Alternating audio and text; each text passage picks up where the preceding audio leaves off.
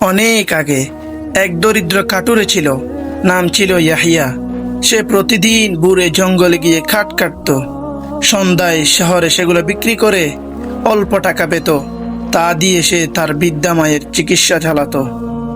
একদিন সারাদিন কাঠ কাটার পরও তার কাঠ কেউ কিনল না।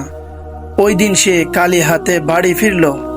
এদিকে ক্ষুধায় মায়ের ভীষণ কষ্ট হচ্ছিল।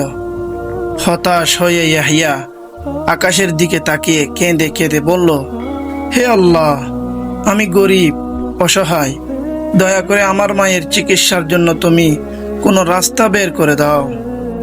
ঠিক সেই রাতেই হঠাৎ মুষলধারে বৃষ্টি শুরু হয়ে গেল।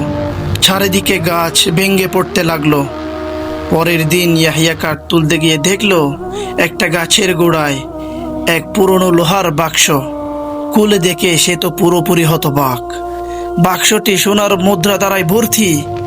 অতঃপর সে সেই টাকা দিয়ে তার মায়ের চিকিৎসা করালো আর ধীরে ধীরে ওই দেশের সবচেয়ে বড় ব্যবসায়ী হয়ে গেল। এই গল্প থেকে আমরা কি শিখতে পারলাম? আল্লাহ চাইলে এক মুহূর্তেও দরিদ্র ধনীতে পরিণত হয়ে যেতে পারে। ভিডিওটি ভালো লাগলে একটি লাইক দিন এবং সাবস্ক্রাইব করে আমাদের সাথে জুড়ে থাকুন।